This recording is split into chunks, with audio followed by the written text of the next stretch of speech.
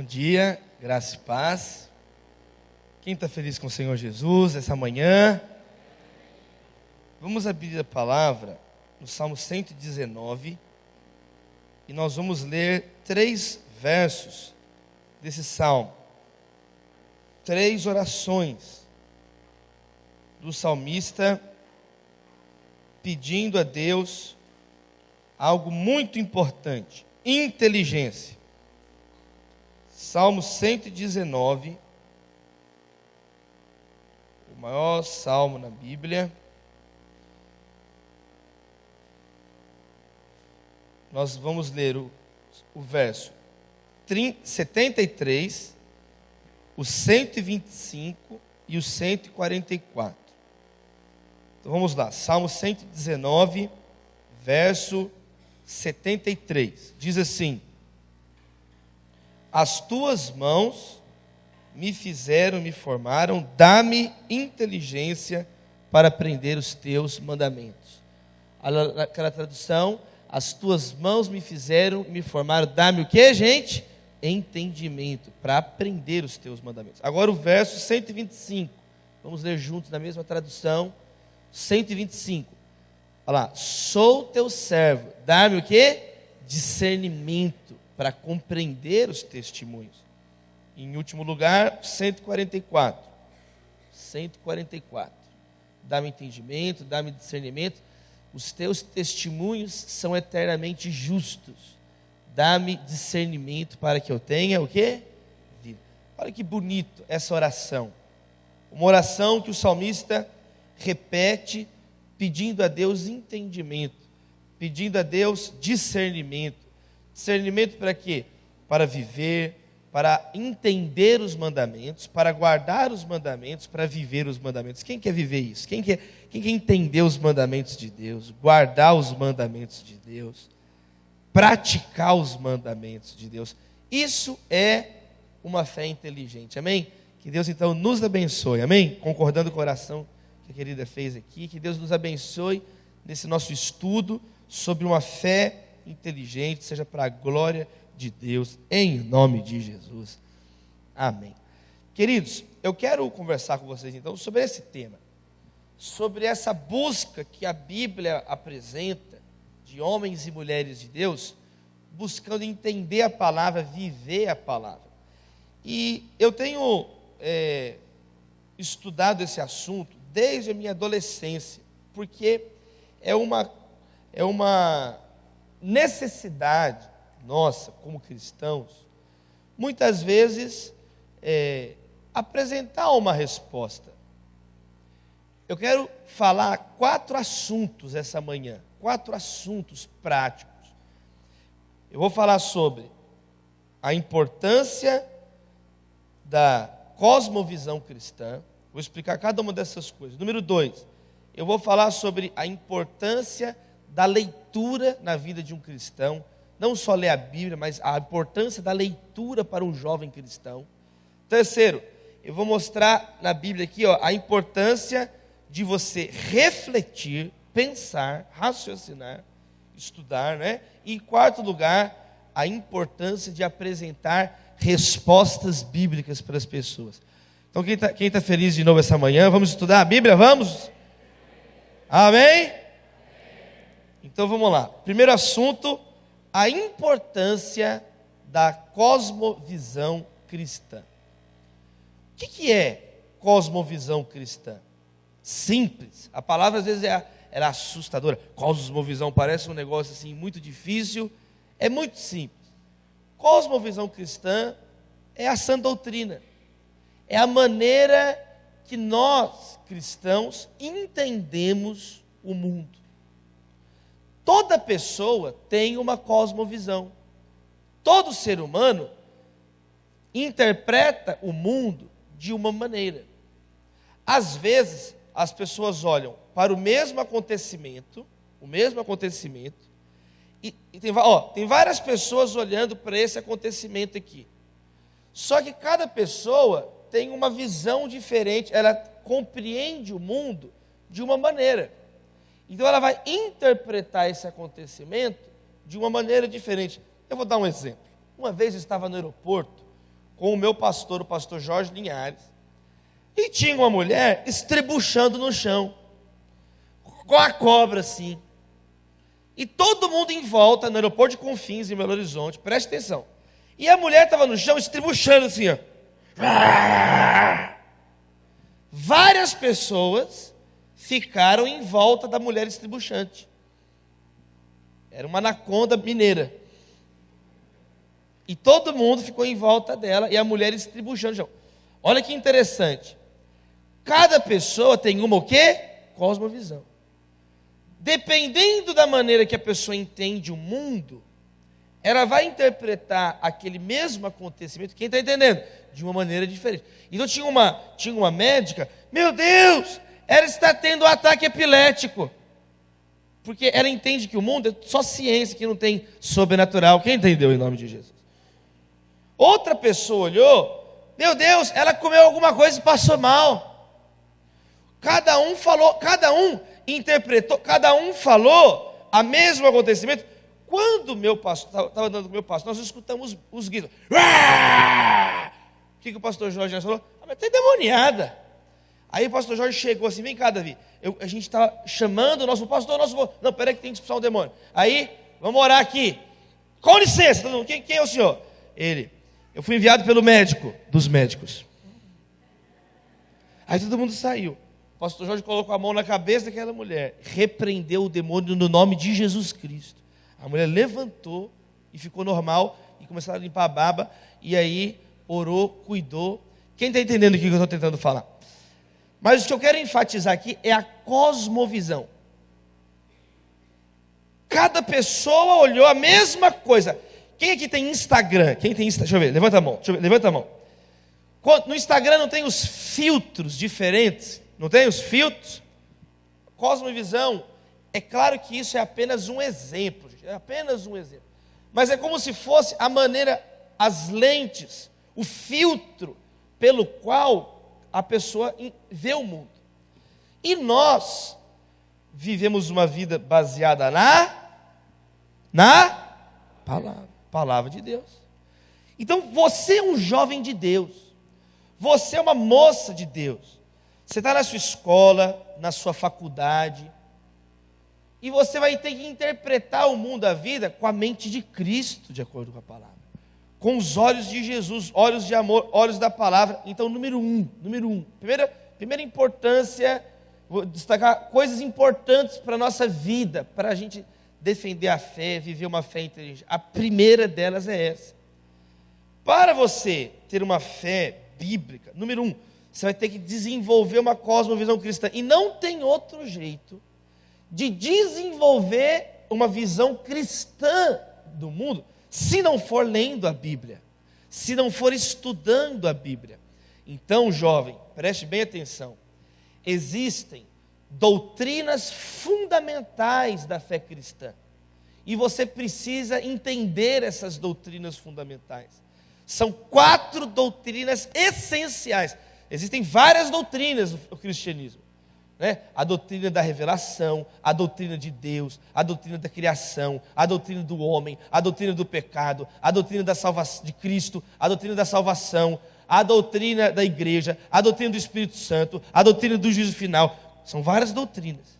Só que 4 doutrinas são aquelas que fazem toda a diferença na fé cristã, que sem essas 4 não tem como resumir mais do que essas 4. Quem está entendendo o que eu estou falando? Essas 4 não tem como, você pode ir resumindo, aí você vai chegar em 4 doutrinas. Repita comigo: doutrina da criação, doutrina da queda, a doutrina da salvação e a doutrina do juízo final. Essas 4 doutrinas, um jovem tem que dominar essas doutrinas. Primeiro, que Deus criou o mundo, que é um Deus criador. É isso que diferencia o cristianismo de todos os outros credos e sistemas religiosos e de pensamento do mundo. Primeiro, nós cremos que há um Deus criador. Nós cremos que nós não somos frutos da misericórdia do acaso. Falamos sobre isso ontem aqui. Então, Deus existe. Há um Deus criador. Então, A primeira doutrina, Deus criou o mundo não surgiu simplesmente do nada. A Bíblia vai mostrar evidências da existência de Deus. Por exemplo, Salmo 19, verso 1. Os céus declaram a glória de Deus. A Bíblia fala, número 1, sobre a criação, que a existência de Deus ela é atestada pela natureza. Romanos capítulo 1, o apóstolo Paulo vai desenvolver esse tema. O homem, ele olha para um quadro, ele sabe que há um pintor. Ele olha para a criação, ele sabe que há um Criador. Então, em primeiro lugar, a doutrina da criação. Você olha para... Paulo fala, quando nós olhamos para a complexidade do mundo, o ser humano tem, em todas as culturas, em todas as épocas, esse senso de um Criador. Mas não apenas olhando para a natureza, dentro do nosso coração há uma sede, um anseio. O Salmo 42 fala sobre isso. O Salmo 42, ele fala, assim como a corça anseia por águas, a minha alma tem sede de Deus. Pessoas em diversas culturas, cada um de nós lá no fundo tem esse senso, essa necessidade por Deus. Nunca foi encontrado no mundo uma cultura, uma civilização onde não existisse esse anseio por Deus. As pessoas adoram a letra C, mas adoram alguma coisa. Tem algo no coração, tem algo, a pessoa começa a adorar o sol, a lua, ela começa a adorar, porque isso é chamado na teologia de a semente da religião no nosso coração. Deus nos fez assim. Eclesiastes diz que no nosso coração existe um anseio pela eternidade. Deus colocou a eternidade no nosso coração. Só Deus pode preencher isso. Mas além da natureza, além do anseio religioso do ser humano, em terceiro lugar, a Bíblia fala que a existência desse Criador, também existem vislumbres dela, sabe onde? Na nossa consciência moral. Romanos capítulo 2, verso 14 e 15, é aquela noção que você tem de certo e errado. Por que todo ser humano, em todo lugar, em toda época, ele tem esse senso de certo e errado? A Bíblia fala que Deus colocou em nós a consciência moral de certo e errado.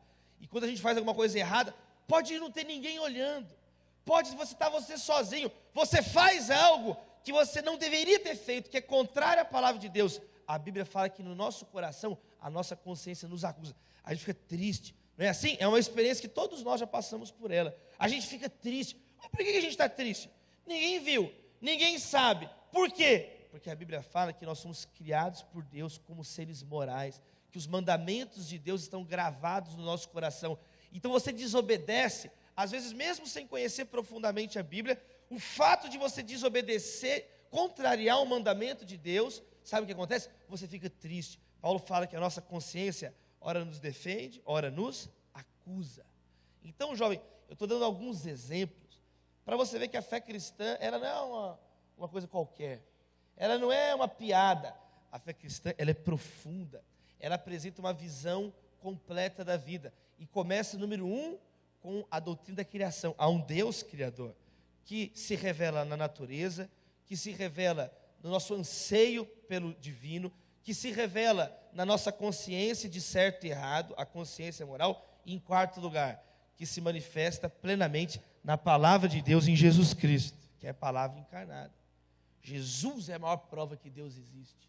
Jesus, a vida perfeita de Jesus. Segundo lugar, a cosmovisão cristã não apenas fala que Deus criou o mundo, mas ela fala sobre a queda do homem, o pecado. Nós viramos as costas para Deus, e isso gerou toda a série de desordens no mundo. Em terceiro lugar, ela vai falar sobre a salvação. A salvação não vem com dinheiro. Tem gente que pensa que pode comprar a salvação com dinheiro. Tem gente que tem muito dinheiro e permanece sentindo a culpa do pecado. Os países mais ricos do mundo são os países com o maior número de suicídio, porque não é o dinheiro que salva. Teve um homem, lá na nossa igreja em Belo Horizonte, muito rico, muito mesmo. Ele dava uma pequena mesada para cada filho, por exemplo, 50 mil reais para cada um dos 3 filhos, bem pequenininho a mesada. Mensalão isso, né, meus irmãos? É um mensalão, é um petrolão. Esse homem resolveu abaixar a mesada pela metade, só 25 mil. Sabe o que ele descobriu? os 3 filhos planejando matar ele, para matar de uma vez e ficar com o dinheiro todo. Sabe por quê? Ele procurou o pastor desesperado, porque o dinheiro não salva e não une uma família, mas uma gota do sangue de Jesus pode salvar uma família. Então, a salvação que a Bíblia apresenta é muito mais do que dinheiro, que religião. Você pode nascer na igreja, ser sepultado na igreja, sem Jesus, a pessoa permanece perturbada.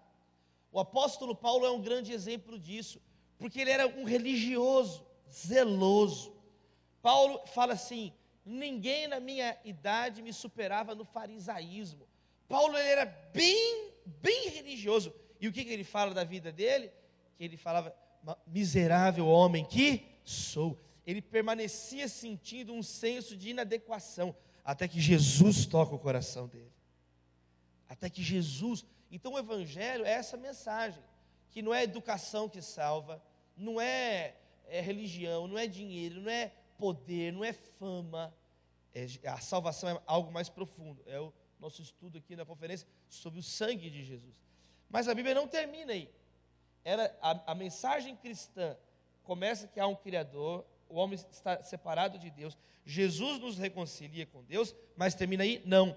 A Bíblia fala que há um dia, o dia, onde estaremos face a face com Deus. Existe um dia onde as portas da misericórdia se fecham, e aí é o dia do acerto de contas. É ruim falar isso, tem gente que não gosta, mas está na palavra de Deus. É um ensinamento claro de Gênesis a Apocalipse. Lá em Gênesis já aparece falando assim: não fará justiça o Deus de toda a terra? E a Bíblia termina falando de um dia onde estaremos face a face com Deus. E esse dia do juízo, esse dia da consumação de todas as coisas, é o que traz paz e esperança aos nossos corações. Porque se nós olhássemos para todo o mal que há no mundo, e não houvesse na palavra esse apontamento, esse indício, que isso é um momento na história da redenção, muitos de nós poderíamos desistir, questionar. Então, queridos, um dia todo o joelho se dobrará e toda língua confessará que Jesus Cristo é Senhor. Amém, queridos? É claro que nessa manhã, eu falei isso de um modo muito rápido, porque nós queremos abordar outros assuntos. Mas tudo que eu vou falar aqui pressupõe isso, que você é alguém que entende a mensagem do Evangelho. Amém? Você tem que entender. Uma vez perguntaram para um jovem assim: o que você acredita? Ele falou: eu acredito no que minha igreja acredita. Tá, mas e o que a sua igreja acredita? Minha igreja acredita naquilo que eu creio. Tá, mas o que vocês dois acreditam? Na mesma coisa. Tá vendo? Ele não sabia falar. Ele não sabia nem explicar o que ele acreditava. Por isso, a minha primeira fala para vocês, jovens, essa manhã: estudem cada vez mais a fé cristã, a teologia cristã, para que vocês tenham uma mente conformada, não com o mundo, mas uma mente conformada com a palavra de Deus. Com a palavra de Deus. Tem pessoas que pecam porque acham que um dia não há uma prestação de contas. Tem gente que acha que a vida não tem valor porque acha que ela é um fruto do acaso, que não há um Deus criador. Quem está entendendo em nome de Jesus essa manhã? Agora, se você tem esses 4 pilares da fé cristã, de modo cada vez mais claro no teu coração e na tua mente, você se torna um jovem capacitado, um adolescente capacitado cada vez mais a pregar a fé cristã, a defender a fé cristã, a viver a fé cristã e cumprir aquilo que está no Salmo 119. Quem pode dizer amém? Quem pode dizer amém? Alguém tem alguma pergunta desse momento? Alguém quer falar alguma coisa, perguntar? Aleluia! Número 2. Número 2. Vamos agora falar sobre a importância, falamos sobre a importância da cosmovisão. Eu vou inverter a ordem aqui. Número 2, nós vamos falar agora a importância de você responder às pessoas que perguntarem: onde está isso da Bíblia? Eu te convido, 1 Pedro 3, verso 15. Pode colocar ali, já que é mais uma aula hoje, pode colocar 1 Pedro capítulo 3, verso 15. Então todo mundo entendeu a importância da cosmovisão cristã? Amém? Amém, gente? Foi uma introdução. Agora, número 2. Não só é importante você entender a cosmovisão cristã. Número 2, você tem que entender a importância da apologética. O que é apologética? É isso aqui, ó. Antes, Olha Pedro falando, presta atenção, não é Paulo falando. Paulo era muito inteligente. Paulo, às vezes, é desleal. Paulo era tão inteligente, teve uma vez que ele estava pregando, o conhecimento e a sabedoria de Paulo era tão descomunal, era um abismo tão grande do auditório para Paulo, que as pessoas ficaram olhando para Paulo assim: Paulo, você estudou tanto que você ficou doido. Ele falou: eu não fiquei doido, eu estou certo, vocês que não sabem. Ele continuou falando. Atos 26. Paulo, as muitas letras te levaram à loucura. Não, fique tranquilo que tem sentido o que eu estou falando, é só escuta. Paulo era tão inteligente, antes de ler esse texto aí, coloca 2 Pedro, olha o que Pedro falou sobre Paulo. Olha o que Pedro, 2 Pedro, capítulo, eu não sei de cor, deixa eu ver aqui, 2 Pedro, capítulo 3, verso 15. Olha o que Pedro falou sobre a inteligência de Paulo. Tenham em mente que a paciência de nosso Senhor significa salvação, como também nosso amado irmão Paulo escreveu a vocês com o que? A sabedoria que Deus deu a ele. Olha agora o verso 16, que engraçado esse verso. Olha esse verso, é um verso engraçado. Ele escreve da mesma forma em todas as suas cartas, falando nela desses assuntos. Suas cartas contêm algumas coisas, o que, gente? Pedro andou com Jesus e fala: gente, Paulo escreve uns negócios difíceis, mas é de Deus, calma que é de Deus. Porque Paulo, Deus deu uma sabedoria para ele, que eu não entendo, mas eu acredito que é de Deus. Olha que engraçado Pedro falando, ó. Pedro era pescador, ó. Suas cartas contêm algumas coisas difíceis de entender, as quais os ignorantes instáveis torcem, como também o fazem com as demais escrituras para a própria destruição dele. Então, Paulo, ele era alguém muito sábio, ele era alguém realmente versado no conhecimento, mas Pedro, não.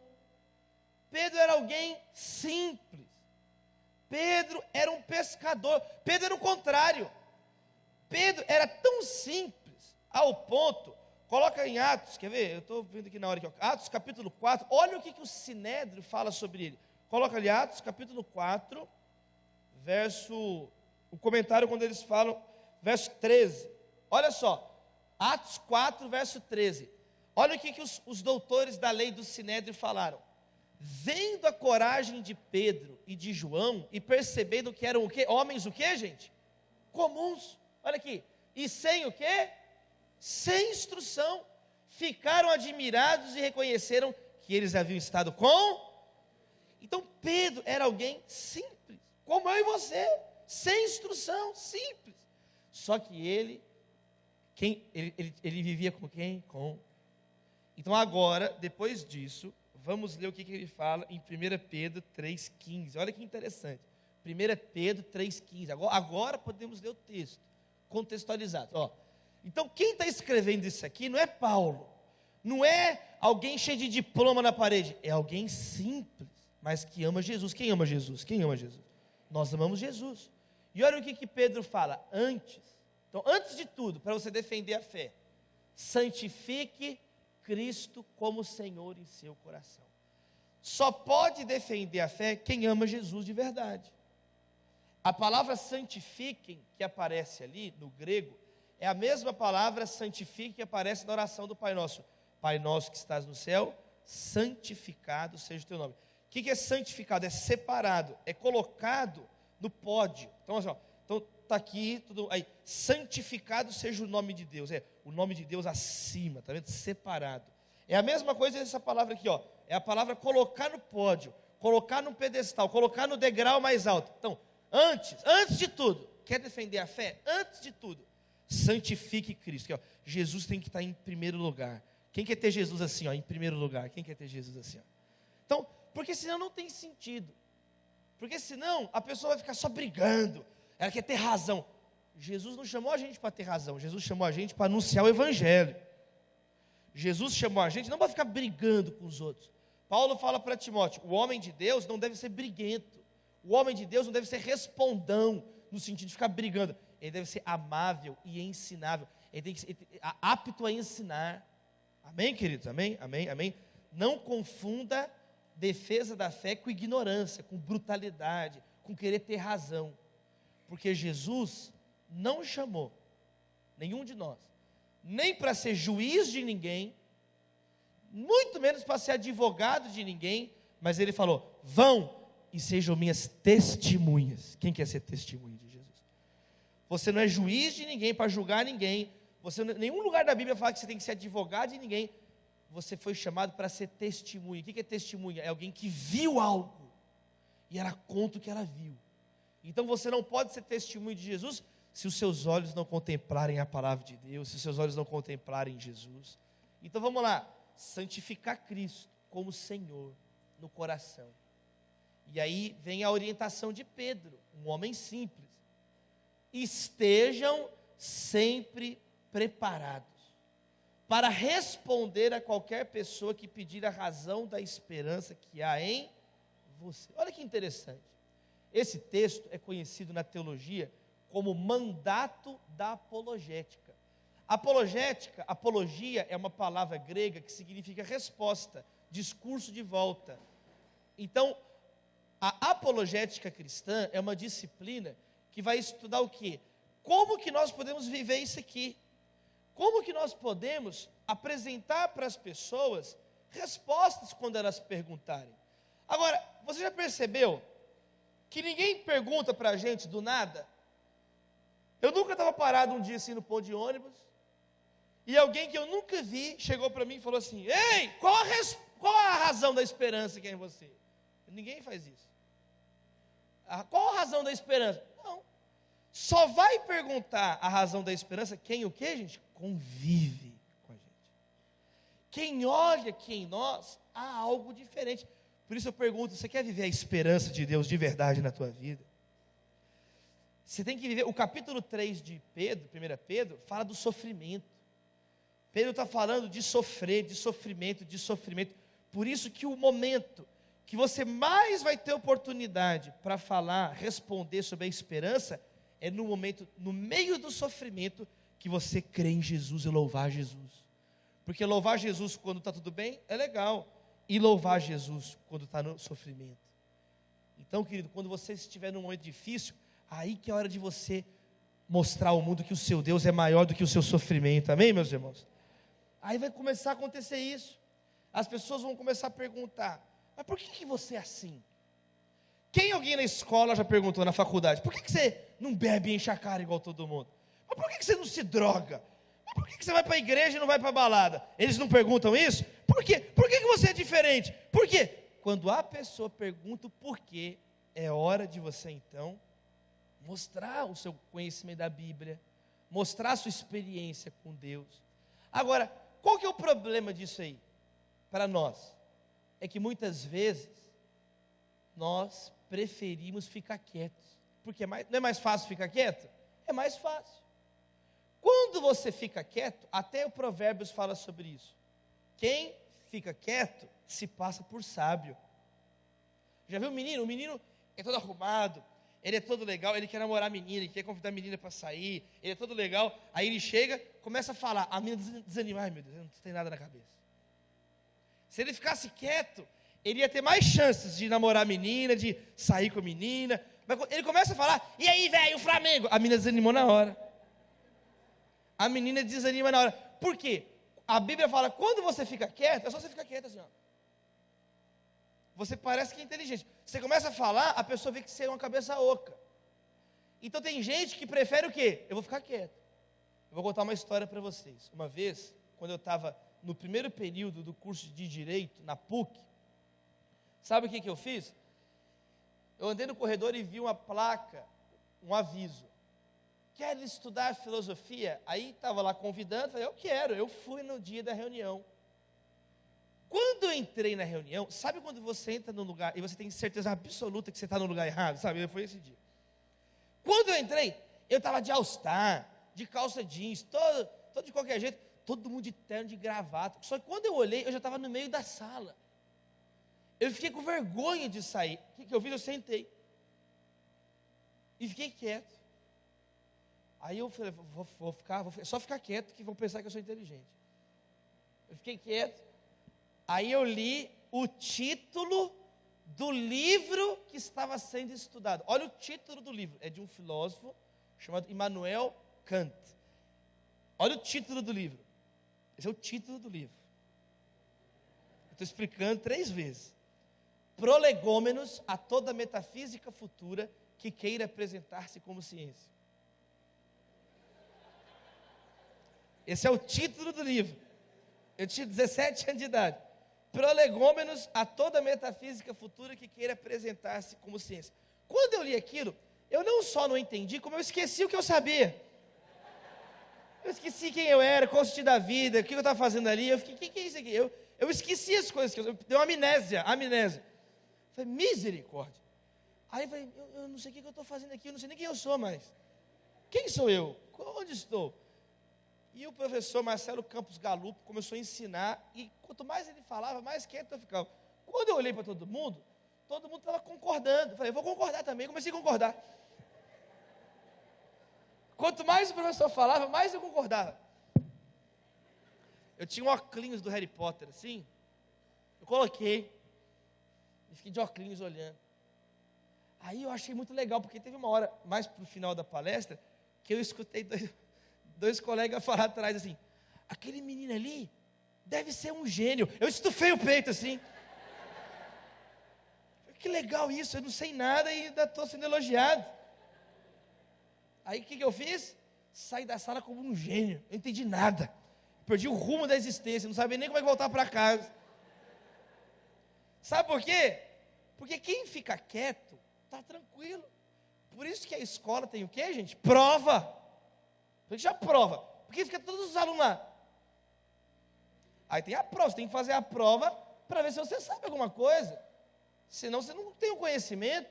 Então tem que ser provado, né? A menina chegou em casa. O pai, e aí filha? O que caiu na prova? Minhas lágrimas, pai. Minhas lágrimas. A menina não estuda, tá vendo? Cai só o choro dela.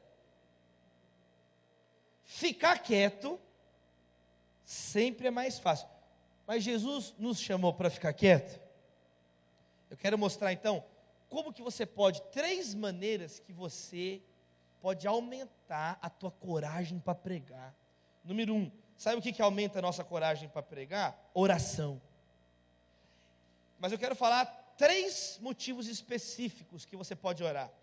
Efésios está escrito assim, olha que bonito esse texto. O próprio apóstolo Paulo, em Efésios capítulo 6, pode colocar o verso 19, Efésios capítulo 6, verso 19, olha o que Paulo fala, Efésios 6, 19. Orem também por mim, para que quando eu falar, seja-me dada a mensagem, a fim de que destemidamente torne conhecido o mistério do Evangelho.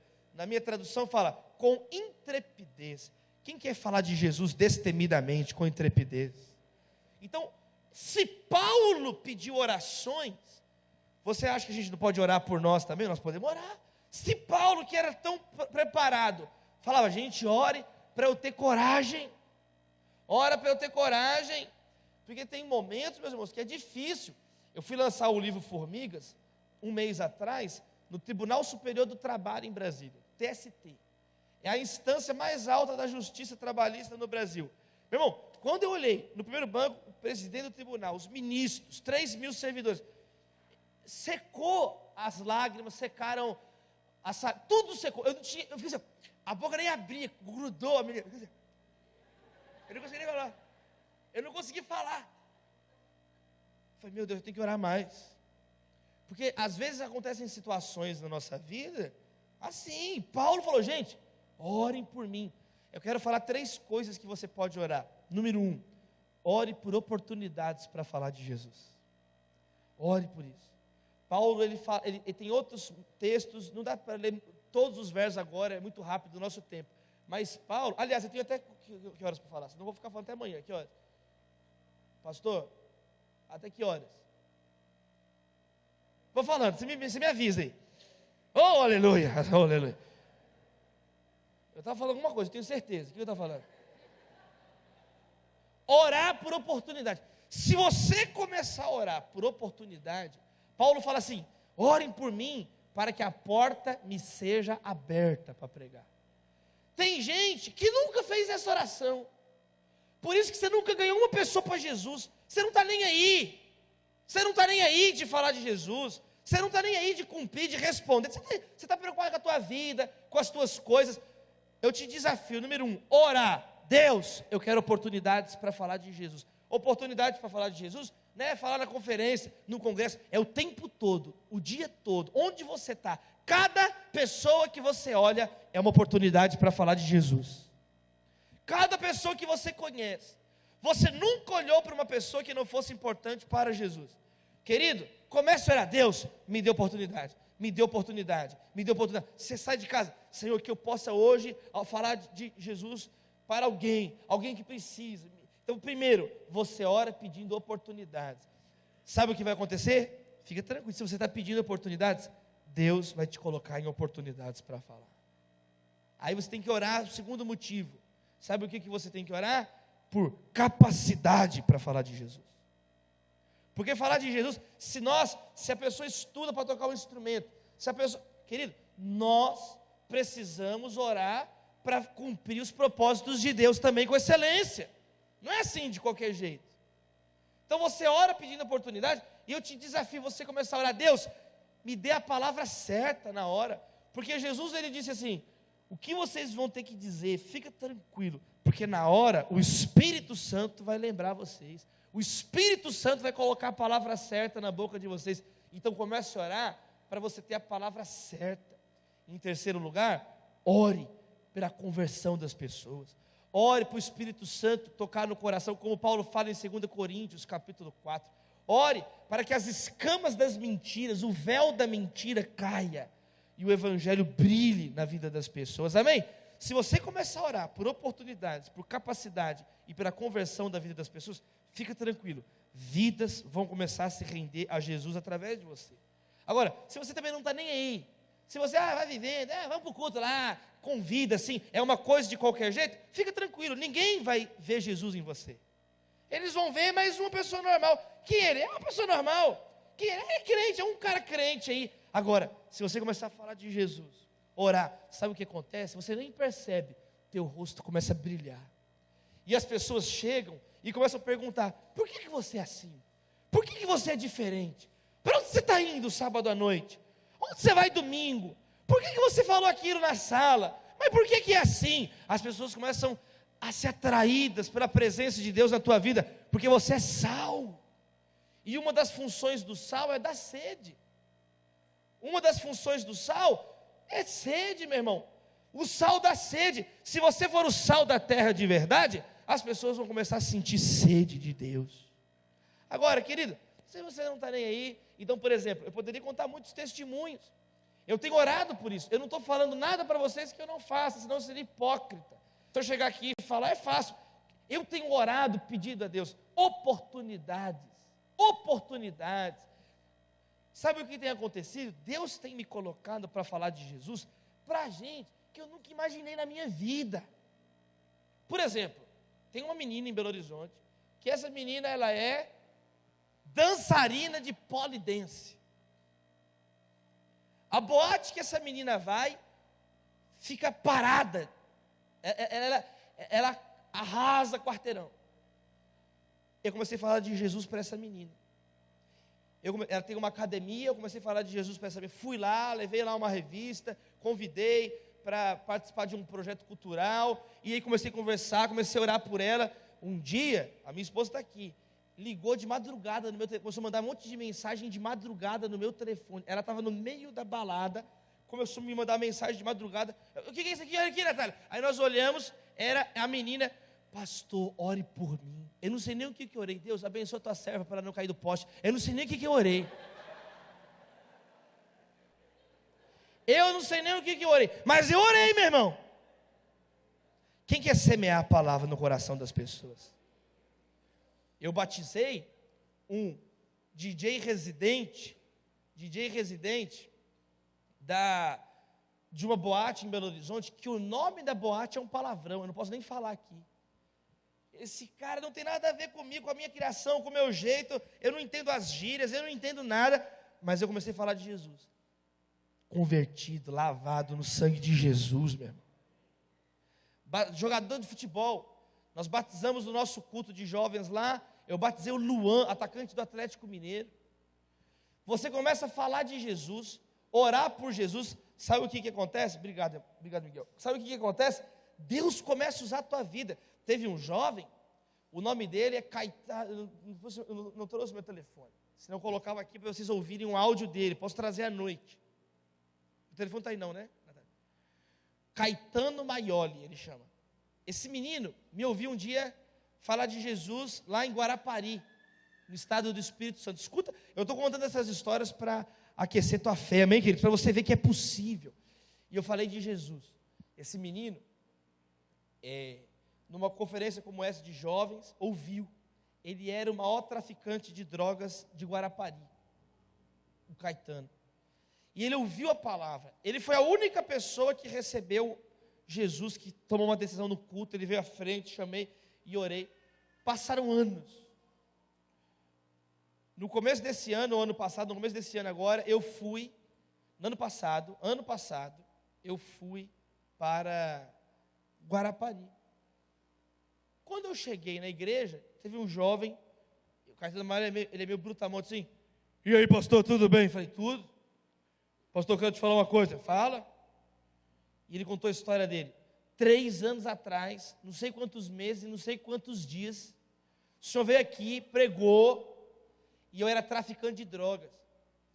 Naquele dia, eu recebi Jesus, foi no final de agosto. No finados, em novembro, a quadrilha dele, os bandidos, foram todos assassinados pela polícia. E ele já não estava, foi o tempo dele sair do tráfico. E ele conta que ele pegou o jornal de manhã, com a mão tremenda, e viu todos os amigos dele fuzilados pela polícia. E Deus falou com ele, olha, era para você estar nessa foto morto, mas você recebeu Jesus. Ele começou a tremer, foi tão forte a experiência. Hoje, ele é seminarista, está se preparando, ele vai ser pastor da igreja metodista, lá em Guarapari. Essa semana agora nasceu a filha dele. Ele largou o tráfico, casou com uma mulher de Deus, nasceu a filha, está terminando o seminário, ele já é o líder de jovens da igreja. Eu poderia contar um monte de testemunhos para você, jovem. E às vezes você não teria uma única história para contar, porque você às vezes não ora por isso. Eu te desafio essa manhã, jovem, orar. Deus me deu oportunidades de falar de Jesus, e você vai ter muitas e muitas histórias abençoadas para contar. Testemunhos de Deus usando a sua vida. Quem recebe essa palavra? Abre a sua mão assim, eu quero fazer essa oração. Abre a sua mão assim. Eu te desafio, querido. Você vai ver que maravilha é ser usado por Deus. Sabe, um monte de picuinha vai saindo da tua vida, porque você começa a ser um canal de Deus na salvação das almas. Deus, olha essas mãos abertas. Nós oramos em nome de Jesus, que essa manhã não seja apenas um estudo teórico, mas que possamos sair daqui colocando em prática, orando, pedindo ousadia, coragem para pregar, porque às vezes somos tímidos, às vezes preferimos ficar calados, às vezes é mais tranquilo e cômodo ficarmos calados, mas nós não queremos ser assim, queremos testemunhar o Evangelho de Jesus, queremos testemunhar, nos acomodamos e só queremos ficar recebendo, às vezes vamos embora do culto falando assim, eu não recebi nada hoje, que possamos entender que não temos que receber, temos que entregar a nossa adoração, o nosso corpo como sacrifício vivo diante de Deus, precisamos servir, anunciar o Evangelho. Oramos em nome de Jesus. Você pode dizer amém? Você pode aplaudir o nome de Jesus?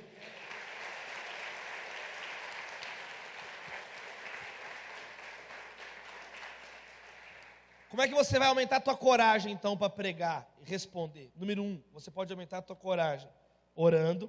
Número 2, através da santidade. 2 Timóteo capítulo 1, verso 12. 2 Timóteo capítulo 1, verso 12. Então, orando, Efésios. 2 Timóteo capítulo 1, verso 12. Quanto mais você buscar Deus, quanto mais você viver no altar de Deus, também fica maior a tua coragem para pregar a palavra. Olha o que Paulo fala. Por essa causa também sofro, mas não me envergonho. Eu não tenho vergonha. Olha, por que Paulo não tem vergonha de falar do Evangelho? Porque sei em quem tenho crido. Quanto mais você conhecer Deus, jovem, menos vergonha você tem de falar de Deus. Agora, a pessoa que não conhece Deus, ela tem vergonha. É porque ela não tem aquela ousadia. Agora, quanto mais, eu não me envergonho, porque eu sei em quem tenho. Eu sei em quem tenho, querido. Eu conheço Jesus, eu conheço Deus. Eu nunca vi Deus. Mas eu creio na palavra de Deus. Eu nunca vi Jesus, mas eu sei que Ele está comigo aqui nesse púlpito agora. Através do seu Espírito Santo, da tua presença. Você pode fazer qualquer coisa sem fé. Você pode pregar sem fé, cantar sem fé, ficar sentado na escola dominical sem fé, fazer tudo sem fé, mas você não vai fazer nada que vai agradar a Deus, porque sem fé é o quê? É impossível agradar a Deus. Você tem que crer em Deus, é mais do que sentir um arrepio, é mais do que sentir bem. Você tem que crer, e orar, e buscar, e andar em retidão, e aí a vida com Deus, andar com Deus, vai aumentar a tua ousadia. Quem recebe essa palavra em nome de Jesus? E número 3, sabe o que aumenta a nossa coragem para pregar a palavra? 2 Timóteo 2, verso 15. 2 Timóteo 2, verso 15. Aí, um capítulo para frente, 2 Timóteo 2, capítulo 2, verso 15.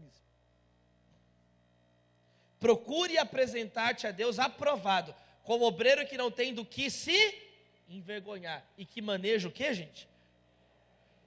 Todas as ministrações que eu fiz sexta, ontem e agora de manhã, eu falei a mesma coisa e vou repetir de novo. Você tem que estudar a Bíblia. Você tem que manejar a palavra de Deus. Você tem que conhecer as Sagradas Escrituras. Eu perguntei para os jovens da minha igreja uma vez, quando eu assumi o trabalho com os jovens, eu fiz um questionário. Onde está a oração do Pai Nosso? Metade não sabia.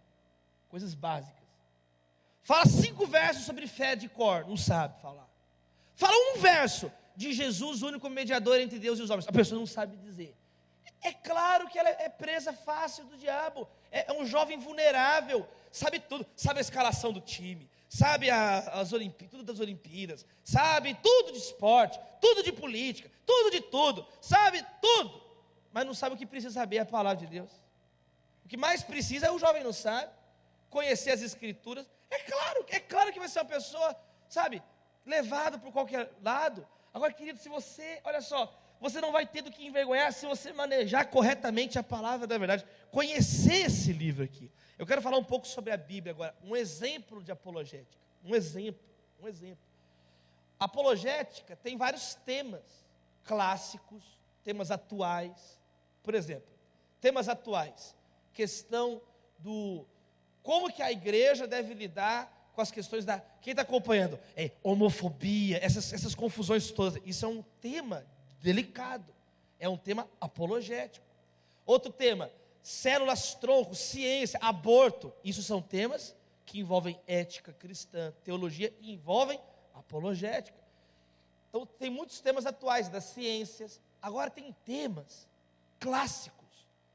Tem temas que sempre vão e voltam. Existência de Deus.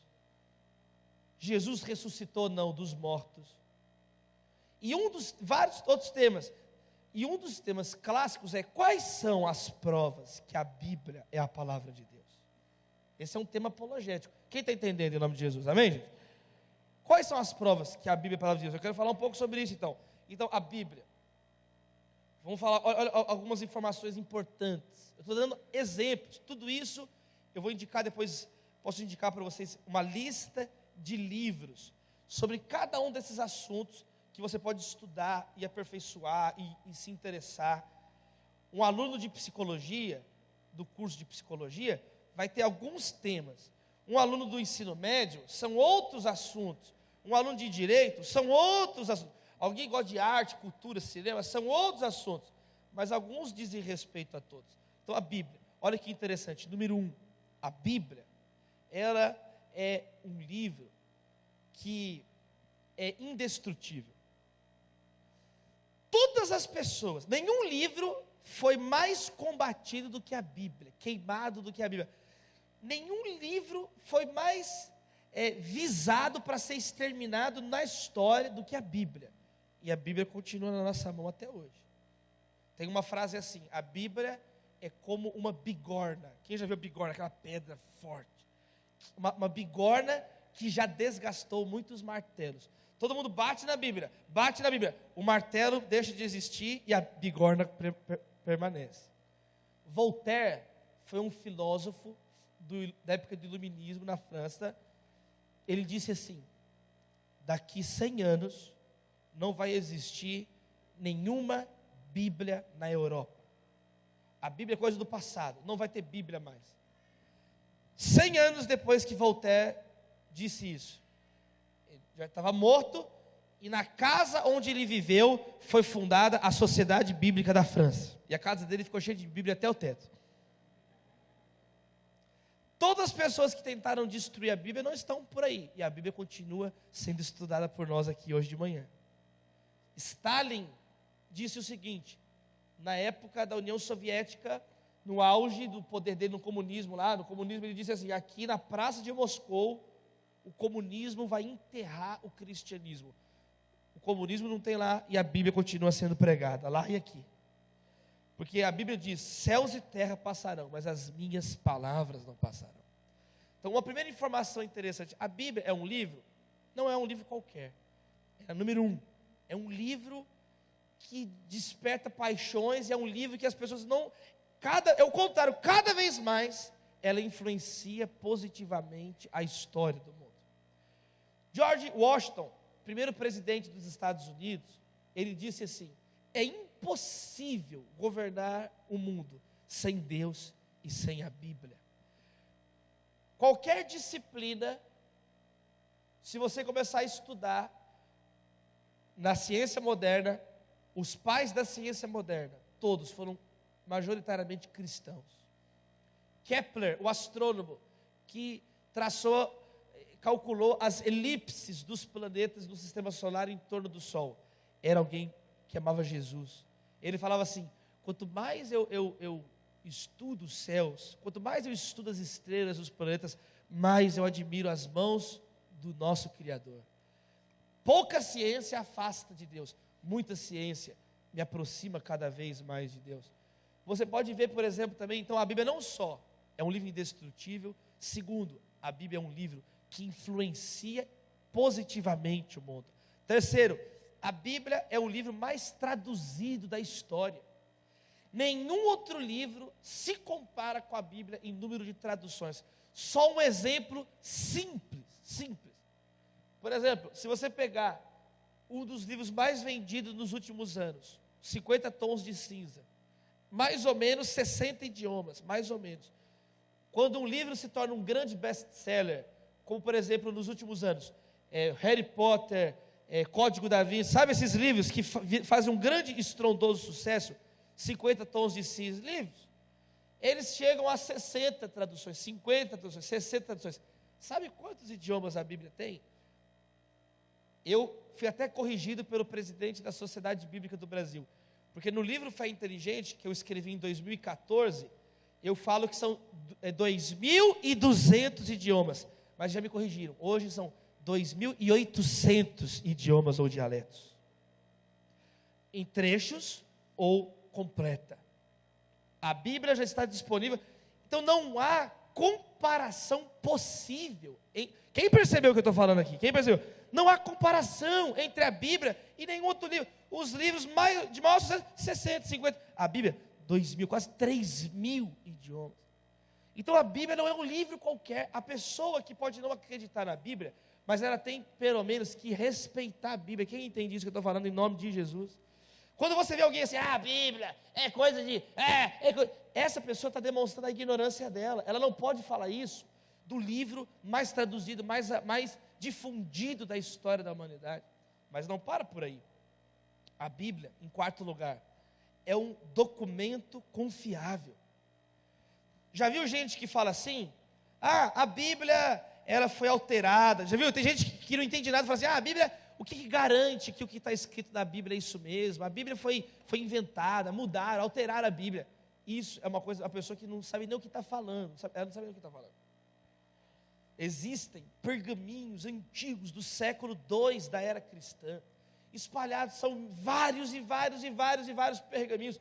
Então, quando você pega as traduções bíblicas, elas são feitas em cima daquilo que coincide em todos os pergaminhos. Quem está entendendo o que eu estou falando? A pessoa que fala assim, a Bíblia foi alterada, as pessoas mudam o que está na Bíblia, é uma afirmação completamente infantil, ingênua. Então um cristão tem que saber isso, você tem que se posicionar. Amém, queridos irmãos? Amém? Então, a Bíblia é um documento confiável. Não é uma coisa assim que as pessoas saem mudando. O que mais? A Bíblia, meus irmãos. Outra coisa, são muitas outras coisas, não dá para falar tudo sobre isso, que a gente tem que ir para os outros assuntos. Mas a Bíblia, eu vou fechar aqui, ela poderia falar da comprovação histórica, arqueológica, geográfica. Por exemplo, teve um arqueólogo da Universidade de Oxford, o nome dele era William Ramsay. William Ramsay, ele disse assim: eu duvido que a Bíblia é verdade. E ele era arqueólogo. Ele falou assim: eu duvido que é verdade, esse lago não deve existir, essa montanha não deve ser nesse lugar que está aqui. Então ele pegou a Bíblia, o Evangelho de Lucas e Atos, foi para a Palestina, no final do século XIX, e ele começou a percorrer o trajeto, quem está entendendo? Da Bíblia, as montanhas, os vales, os lagos, e ele chegou à conclusão que a precisão bíblica é um negócio absurdo, ainda mais se tratando de um texto tão antigo. Esse homem se converteu e virou um defensor da fé cristã. Ele era um ateu, mas ele sinceramente se interessava pelo assunto. Quando ele estudou e examinou as evidências, ele passou a acreditar na palavra de Deus e se converteu. O nome dele é William Ramsay, um dos maiores arqueólogos de todos os tempos da Universidade de Oxford. Mas sabe o que é o mais bonito da Bíblia? A Bíblia é o livro que transforma a vida das pessoas. É um livro que transforma, o autor se faz presente. Então, a mesma Bíblia, às vezes uma pessoa lê e não acredita. Essa mesma Bíblia, outra pessoa vem, lê e crê. Então, está mais no coração da pessoa se abrir a mensagem. Amém, queridos irmãos? Então, esses são alguns exemplos. Eu quero fechar contando a história de um pastor do Zimbábue. Esse pastor no Zimbábue, ele era um presidiário. Ele era um homem mau, foi preso. E o missionário ia sempre naquele presídio no Zimbábue falar a Bíblia. E ele distribuía Bíblias. E esse presidiário não estava nem aí. Um dia, um missionário falou assim: fica com a minha Bíblia. E esse homem disse assim: eu não. O nome desse homem é Gaylord Kamambari. Gaylord Kamambari, um pastor que foi presidente, ele se tornou depois presidente da Sociedade Bíblica do Zimbábue. Mas antes ele era um prisioneiro. E o testemunho de conversão dele é muito bonito, porque o missionário deixou a Bíblia e falou assim: não deixe essa Bíblia, porque eu vou usar as folhas da Bíblia para fumar, vou fazer cigarro com as folhas da Bíblia. Aí o missionário falou: não tem problema, mas faz comigo um acordo, antes de você fazer o cigarro, leia aquela página. Ele falou: então beleza, então eu leio e vou fumar ela depois. Então beleza, então faça isso, tchau, e deixou a Bíblia. E ele começou, e ele falou assim: mas eu começo por onde? Começa pelo Evangelho de João, ou começa pelo Mateus, começa pelo Novo Testamento. Aí ele: então tá. Aquele homem, sabe o que ele fez? Eu vou começar do Novo Testamento. E começou a ler e fumar a Bíblia. Ele fumou Mateus inteiro, fumou Marcos, fumou Lucas, começou a fumar João. Quando ele chegou em João 3,16, ele leu: porque Deus amou o mundo de tal maneira que deu o seu Filho unigênito, para que todo aquele que nele crê não pereça, mas tenha vida eterna. Ele cai de joelhos, começa a chorar e fala: eu não quero mais fumar a Bíblia, eu quero viver a Bíblia. E ele recebe o amor de Deus no coração dele, ele é transformado e ele se torna um grande pastor e presidente da sociedade bíblica naquele país. Você pode aplaudir o Senhor Jesus? Essa é a Bíblia Sagrada. Essa é a palavra de Deus.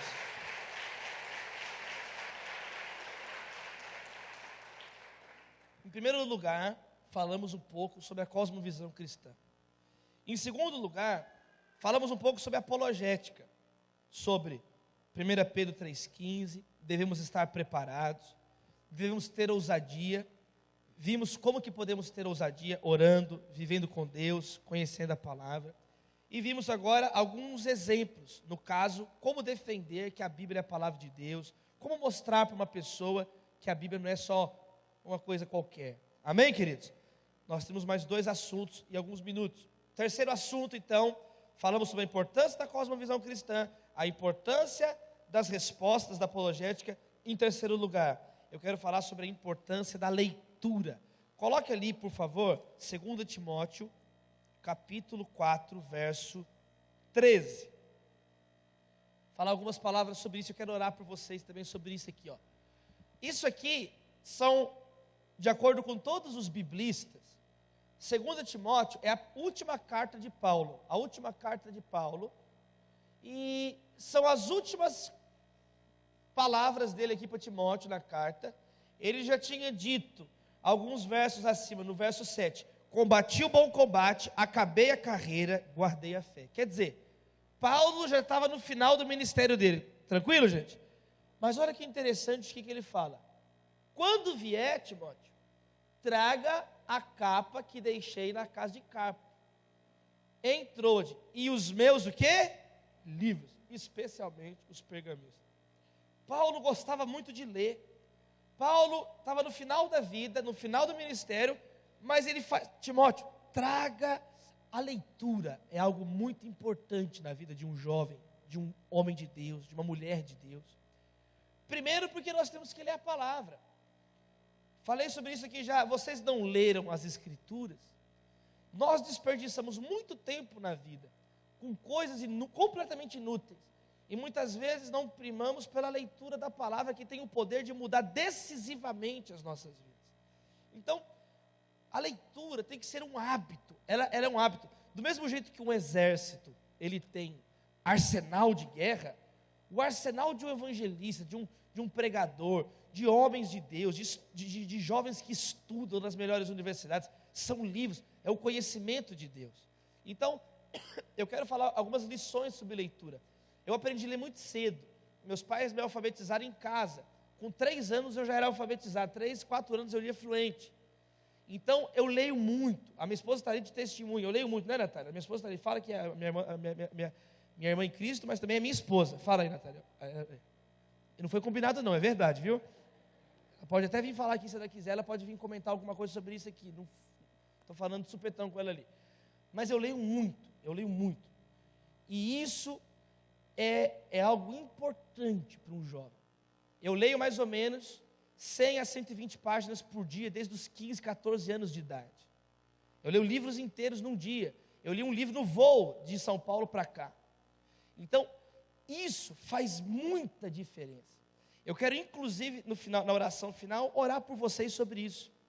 Quem é que acredita de verdade que Deus pode curar doenças? Você acredita que Deus pode curar doenças terminais? Alguém está no hospital e você orar e aquela pessoa ser curada. Quem crê nisso assim? Quem tem testemunho? Quem já aconteceu isso? Você orou e pessoas no hospital que o médico desenganou. Alguém tem testemunho aqui? Tem pessoas levantando as mãos. Você crê que Deus pode abençoar o país, o Brasil, livrar da corrupção, levantar homens santos para governar mulheres? Quem crê de verdade isso? Vocês não estão acreditando muito nisso, hein, gente? Que Deus... Gente, o Brasil tem jeito, gente. Eu quero fazer uma pergunta para você. Você crê que Deus pode salvar um pecador? Você crê que Deus pode abençoar você nas suas leituras? Olha que pergunta diferente. A gente acredita que Deus cura. A gente acredita que Deus salva uma nação. A gente acredita que Deus pode salvar a nossa alma. Eu creio, meus irmãos, que Deus pode nos abençoar na nossa capacidade de leitura. Eu tenho orado pelos jovens da minha igreja e pelo Brasil por isso.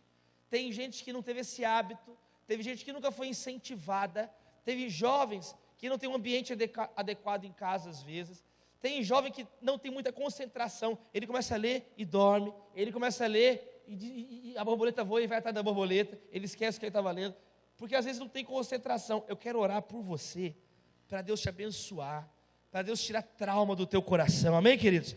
Nós vamos orar, cada um de nós é uma história, mas eu creio, meus irmãos, que se nós nos levantarmos como Moisés, lá em Atos, Estevão fala assim, que Moisés, na sua pregação diante do Sinédrio, foi versado em toda a sabedoria dos egípcios. Daniel, seus amigos, eles eram as melhores notas. Eu creio que Deus pode levantar aqui jovens estudiosos, competentes, capazes. Quem crê nisso em nome de Jesus? Eu vou orar por vocês. Na nossa igreja em Belo Horizonte, nós temos mais de 20 jovens no curso de medicina da UFMG. Um dia eu chamei assim, quem aqui não é concursando, quem aqui é concursado? Quem já passou num concurso? Vem aqui para frente, que nós vamos orar por aqueles que não são. Eu tomei um susto, levantaram, um monte de gente começou a levantar, eu falei, calma gente, senta, vocês não entenderam, é só quem já passou. Não, mas nós passamos. Vieram 88 jovens. Tinha mais jovem que passou do que não passou. Aí tinha 3 lá que não tinha passado ainda. Aí ficou 88, oraram pelos 3 que ficaram que não tinha passado. A nossa igreja, eu orei e acompanhei 13 jovens que passaram no Ciências Sem Fronteiras e foram estudar fora do país. Então eu estou falando de uma coisa aqui, que Deus me abençoou, abriu possibilidades, e eu tenho autoridade para orar pela tua vida, por causa de que Deus colocou isso na minha vida. Eu vou orar por vocês. Eu vou orar. Eu tenho andado pelas igrejas do Brasil, orado e já tenho colhido testemunhos. E eu creio que desta igreja, aqui nesta manhã, Deus vai levantar jovens, moças que vão ser campeãs da Olimpíada de Matemática. Jovens que vão passar, também que quase tem ataque, calma irmão, vai passar, amém. Jovens que vão ser escritores. Eu tenho orado para Deus levantar nas igrejas um jovem que vai ganhar, meu tempo já esgotou, eu vou orar aqui e vou encerrar. Ganhar o prêmio Jabuti de literatura, que é o prêmio mais importante de literatura. Um livro que ganha o prêmio Jabuti, um romance, um livro de contos, de poesia, ele já é traduzido imediatamente para 10, 15, 20 idiomas. Eu creio que Deus já está levantando jovens assim nas igrejas. Sabe, o Brasil está sendo passado a limpo, meus irmãos. Qual vai ser o Brasil pós-Lava Jato? Sabe qual pergunta as pessoas têm me feito nos lugares que eu vou? Onde estão os líderes do Brasil? Onde estão os novos líderes do Brasil? As pessoas pensam que só tem líderes no Brasil na área dos negócios. Eu digo não, vocês não sabem. Os maiores líderes do novo Brasil estão nas igrejas. São os jovens que estão crescendo em torno da palavra, em igrejas sérias, em igrejas maduras, em igrejas que ensinam o pão de Deus, não só o pão da terra, mas o pão do céu, que é a palavra de Deus. Nem só de pão viverá o homem, mas de toda a palavra que procede da boca de Deus. Eu creio. Vamos orar daqui a pouco então? Amém? Então não dá mais tempo de falar mais nada, acabou o tempo. E por último, só para pincelar, porque eu falei que eu ia falar sobre isso e já esgotou o tempo. Tem mais 5 segundos, 4, 3, 2, 1. A importância de você refletir, tá? Preste bem atenção. O cristão é chamado a pensar, a refletir. Jesus disse: amar a Deus de todo o coração, alma e entendimento. Jesus salvou o teu corpo, Jesus salvou as tuas emoções, Jesus salvou as suas memórias, Jesus salvou o seu pensamento. Por isso que a Bíblia fala, eleve os pensamentos a Deus. Pensar em tudo que é bom, tudo que é puro. A sua cabeça não é uma latrina, jovem.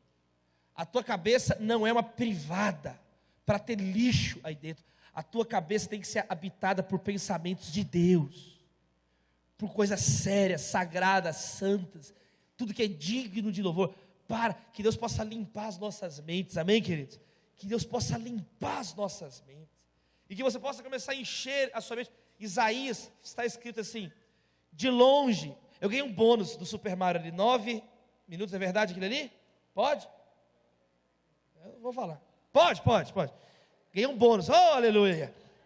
Colocaram uma ficha a mais lá na máquina, lá, deu certo. A nossa mente, Deus fala assim, Isaías capítulo 1, venham, vamos refletir juntos, diz o Senhor. Deus nos convida a pensar com Ele. Eu quero mostrar um exemplo para vocês, olha que legal. Jesus, ele falou assim, olhe os pássaros, eles não armazenam em celeiros, eles não plantam, não colhem, mas Deus cuida deles. Jesus não falou isso? Olhe para os lírios, eles não tecem, não fiam, contudo, o Pai Celestial os veste, nem Salomão em toda a sua glória se vestiu como deles. O que Jesus está fazendo? Levando as pessoas a olharem e o quê? Pensarem. E ele fala assim, Aí Jesus conclui: vocês não têm mais valor que passarinho e que planta? É claro que tem. Pensem. Então não fiquem ansiosos, homens de pequena. A razão e a fé têm tudo a ver. Está vendo? Quanto mais uma pessoa vai refletir na palavra de Deus, vai refletir no mundo, vai pensar, a fé dessa pessoa pode ser fortalecida. Quem está entendendo isso? Não é muito interessante? A fé não é contrária à razão, é o contrário. Elas estão ligadas de um modo muito maravilhoso, porque Deus nos criou. Então você precisa ser uma pessoa que vai crescer na graça e no conhecimento. Os dois. Porque também não adianta só saber as coisas. Eu sei tudo, eu leio tudo, eu conheço tudo, eu tenho todos os diplomas. Porque Deus não precisa de diploma para salvar ninguém. Quando Deus foi salvar o mundo, Ele não olhou: deixa eu ver se eu já tenho diploma suficiente. Ele é onisciente, Ele é Deus. A igreja não precisa de dinheiro para cumprir a sua missão. Ela pode ter dinheiro? Pode, ela deve. São princípios da Bíblia. Mas não pode confundir. Não é o dinheiro que salva, é o sangue de Jesus que salva. Porque Pedro e João falam assim: eu não tenho prata nem ouro, mas o que eu tenho te dou. Em nome de Jesus Nazareno, levanta e anda. A igreja pode ter diploma? Pode. Paulo não tinha diploma? Então não pode ter? Pode. Mas precisa do diploma? Não precisa. Pedro não tinha diploma, gente? Não. Eles não tinham conhecimento, eram sem instrução, mas Jesus estava na vida deles. Então você tem que ser equilibrado. Não é nem pensar: então eu vou estudar, tal. Não. Você tem que estudar, mas o mais importante é, antes de tudo, santificar Jesus no nosso coração. Amém, queridos? Santificar. Agora, se você tiver isso, meu irmão, Jesus na tua vida, jovem, amar o Senhor Jesus, orar e começar a estudar e cumprir os comandos de Deus nas Sagradas Escrituras, meu irmão, olha, você fica blindado no sangue de Jesus, você fica blindado na mente, ninguém te segura. Quanto mais cedo você entender isso, jovem, um jovem que entende isso antes dos 25 anos, ele vai muito longe. Um jovem que entende isso antes dos 20 anos, ninguém segura esse jovem. Se você levar a vida a sério, os estudos a sério, Jesus a sério, meu irmão, ninguém vai te segurar. Deus vai te usar poderosamente. E essa é a minha oração por cada jovem e adolescente que está aqui. Que vocês sejam poderosamente usados por Deus. Que vocês sejam jovens sábios. Abre assim sua mão. Que você seja jovem sábio, temente a Deus, temente a palavra. Deus, nós te louvamos essa manhã. Muito obrigado, Deus, porque tivemos uma oportunidade, um tempo especial de refletir em alguns assuntos tão importantes para os jovens. Refletimos, ó Deus, sobre uma mente cristã, uma cosmovisão cristã. Nós não queremos olhar para o mundo e interpretar o mundo como um pagão, como alguém que não conhece Jesus, como alguém que não tem esperança. Porque muitas vezes pensamos que temos uma mente cristã, mas a nossa mente ainda é muito conformada com o pecado. E nós olhamos para uma notícia e, ao invés de reagirmos como pessoas de Deus, só reclamamos e xingamos, porque a nossa mente não tem esperança, falta ainda pilares da fé cristã na nossa mente. E nós temos uma atitude meio desesperada. Em nome de Jesus, Deus, eu te peço, em primeiro lugar, que cada jovem aqui possa ter uma mente conformada com a palavra de Deus. Porque as teorias científicas mudam. O que é passageiro da moda vai, mas a palavra permanece. A palavra é viva, eficaz. Em segundo lugar, eu peço a Deus por esses jovens, por cada um de nós aqui, para que possamos cumprir o texto de 1 Pedro capítulo 3, verso 15. Possamos ser jovens preparados a responder à razão da esperança que é em nós. Possamos ser jovens que levam isso a sério, que levam a sério a importância de falar de Jesus. Porque muitas vezes temos apenas uma postura passiva.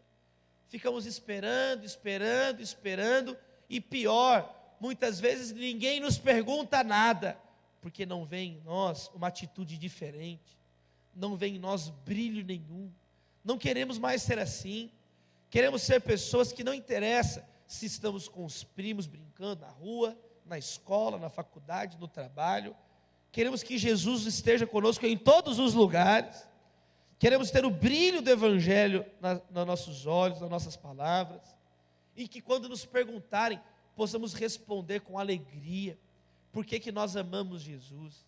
Por que nós temos essa vida diferente? Dá-nos essa coragem, ó Deus. Como Paulo orou pedindo ousadia, nós pedimos ousadia do Espírito Santo. Não queremos ser tímidos, acovardados. Não, levanta aqui pregadores do Evangelho essa manhã, ó Deus. Jovens, crianças, adolescentes, que vão falar de Jesus com propriedade, com autoridade. Porque o que o mundo precisa é do sangue de Jesus.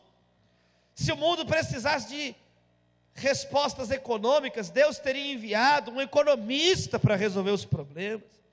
Se o problema do mundo fosse científico, Deus enviaria um cientista. Se o problema fosse político, Deus enviaria um governador. Mas o problema do mundo é espiritual. Por isso o Pai enviou Jesus Cristo, seu Filho, para morrer na cruz por cada um de nós. E nós não queremos nos acovardar de anunciar essa mensagem. É a mensagem que o mundo precisa ouvir, que Jesus morreu na cruz e os ama, e é possível viver uma nova vida, e não queremos fazer isso de qualquer maneira. Em terceiro lugar, eu oro, Pai, para que o Senhor levante aqui jovens estudiosos. Muitas vezes o jovem não tem um ambiente adequado na casa dele.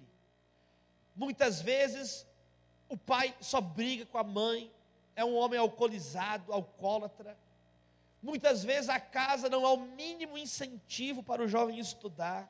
A gritaria, a barulho, ele não tem nem onde ler, onde estudar. Mas Deus, eu te peço, o teu Espírito Santo é maior do que todas essas coisas. Que os jovens que estão aqui não deem desculpas, que eles possam encontrar um lugar para estudar, ânimo para estudar. Ah, não tem dinheiro para comprar o livro, que eles aprendam a xerocar os capítulos dos livros na biblioteca, pegar o livro nas bibliotecas, procurar o conteúdo na internet. Hoje há tanto acesso ao conhecimento, mas muitas vezes o que falta é a atitude de homem e mulher de Deus em nós. Muitas vezes o jovem fica esperando tudo na mão, muitas vezes gosta muito de dar desculpas e de reclamar, mas não há o mínimo movimento em crescer na fé, em crescer. Em nome de Jesus, não queremos ser pessoas acomodadas. Eu peço a Deus a tua bênção sobre esses jovens, como o Senhor tem abençoado os jovens da Igreja Batista Getsemane, como o Senhor abençoou a Clarissa, que vai casar lá nos Estados Unidos, foi contratada por uma multinacional, está lá, saiu da Votorantim e foi para lá. Como o Senhor tem abençoado o Túlio Borel, que vai casar agora com a Natália, mês que vem, e estudou em Nova York, nas melhores universidades, jovem.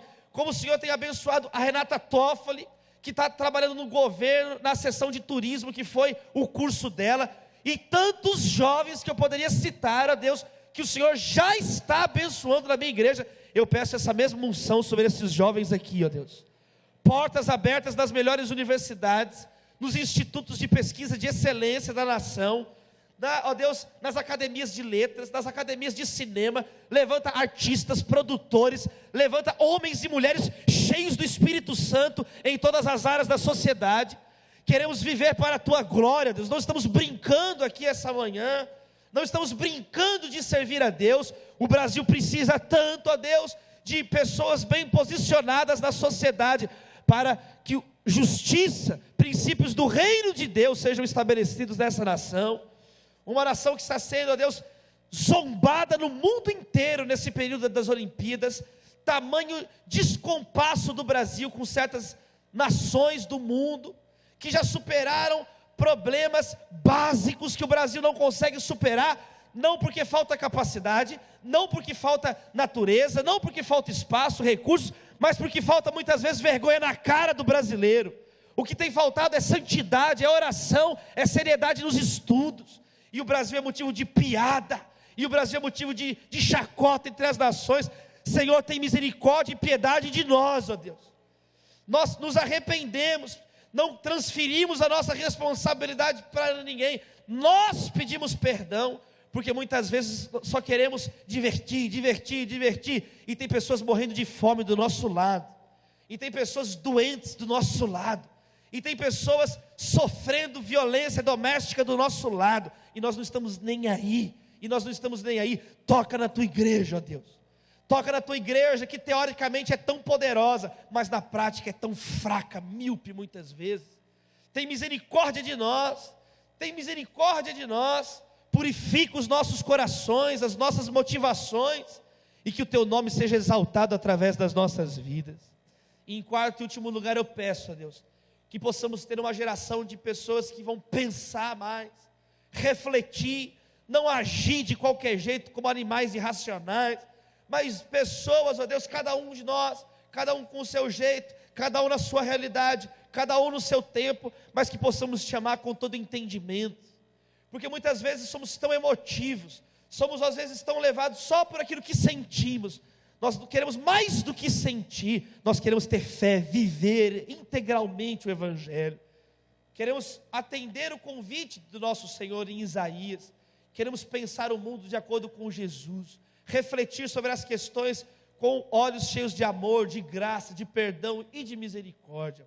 Ajuda-nos, ó Deus, ajuda-nos, nós te pedimos, porque o nosso objetivo com tudo isso, Senhor, é glorificar o teu nome, é que o teu nome seja exaltado, que possamos viver uma fé inteligente, como o salmista orou: dá-nos discernimento, dá-nos entendimento, dá-nos inteligência, Pai, para que possamos viver a tua verdade. Nós oramos em nome de Jesus, e a igreja diz amém.